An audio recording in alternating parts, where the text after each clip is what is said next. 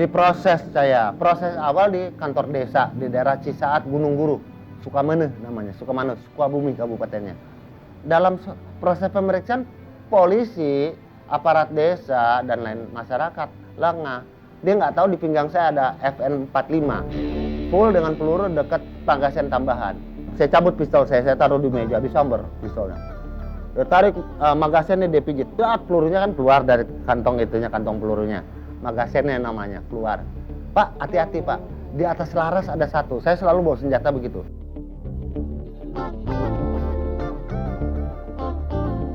Dari situ saya diproses dari polisi Cisaat, dijemput di Jakarta. Nah, terus saya dihadapkan oleh Bapak Anton Sujarwo, waktu itu masih Kapolda, belum menjadi Kapolri. Akhirnya proses sampai di Pengadilan Negeri Jakarta Utara. Senjata apinya saya kena oleh Bapak Bismar Siregar ya, Ketua Pengadilan Tinggi Jakarta Utara Timur. Lalu melalui proses persidangan akhirnya jatuh 10 tahun.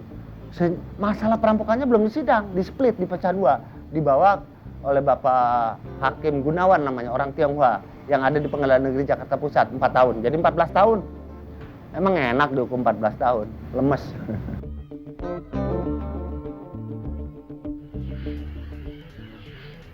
Jadi kalau cerita saya di Nusa Kambangan, itu kan udah proses pengadilan, udah divonis 14 tahun.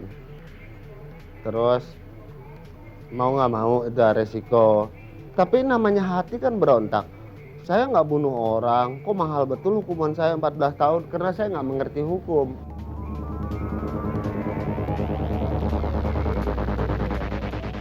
Ada sedikit demonstrasi atau demonstratif di hati saya. Saya pengen berontak lagi nih. Emang saya jiwa-jiwa pemberontak barangkali. Lalu ada ide di antara teman-teman di Nusa Kambangan itu, bagaimana kawan katanya, kalau kita saling bunuh kita rugi. Lebih baik kita lari bareng, kita berontak katanya. Nah, gara-gara timbul ide ini, maka tercetuslah keinginan untuk melarikan diri dengan cara memberontak. Dicari tanggal pemberontakan, sebetulnya mau lari sampai 150 orang. Tapi waktu itu karena jam tidur, siang kita suka dikasih kesempatan untuk tidak bekerja atau apa, tidur. Kebetulan tanggal 20 Mei Hari Kebangkitan Nasional, hari besar. Sebagian daripada petugas-petugas itu cuti. Jadi yang jaganya biasa sampai banyak orang, sekarang hanya dibatasi sebagian. Nah, sebagian ini rupanya petugas lengah oleh anak-anak, namanya maling ya, akal-akalan ya. Pak, ada batu cincin bagus, memang daerah sana ada banyak batu cincin. Begitu petugasnya buka portir, diserang, dipegang rame-rame, dikuasain, akhirnya berontak.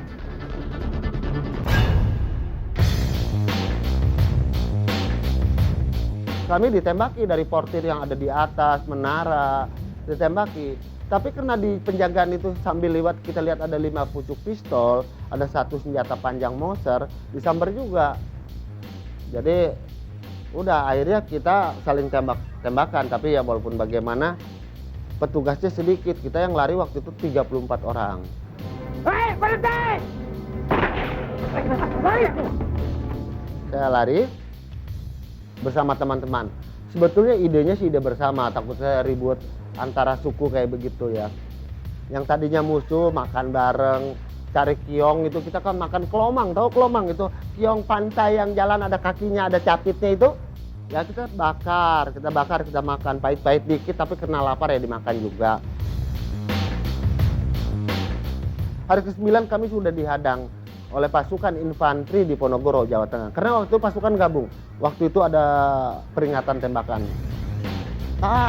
Kayaknya suara pistol gitu, suaranya kecil. Tahu-tahu suara tembakan riuh. Jangan lari, beneran. Lalu bingung yang nembaknya mana, nggak tahu, dia nembak lari aja. Waktu saya lari justru saya melangkahi tentara yang sedang nembak kita. Jadi waktu itu karena nasib saja saya kira, bukan saya sakti. Masih saya ketemu sipir lembaga di hutan, John menyerah, tembakin nggak kena. Saya lari ke rawa-rawa, ketemu lagi marinir, diberondong lagi tembakan, lolos lagi. Nah udah gitu, pada hari ke-12 saya sudah bertualang di hutan, ketemu harimau, ketemu babi hutan.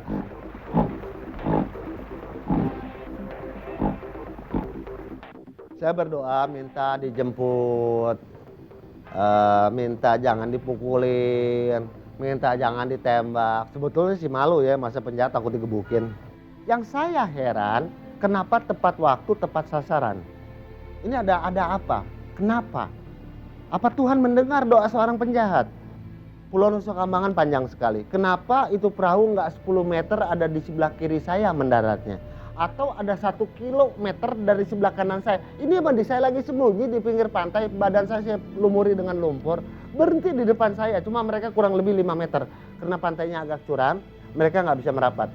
Saya yang berdiri, Pak, saya nyerah. Begitu dilihat hidungnya panjang, bule, wah John Indo, mau ditembak. 60 orang mengarahkan senjata ke badan saya. Bapak Muhammad Hasbi yang saya bilang komandan Kodim tadi teriak, John mau hidup mau mati? Mau hidup Pak, saya bilang.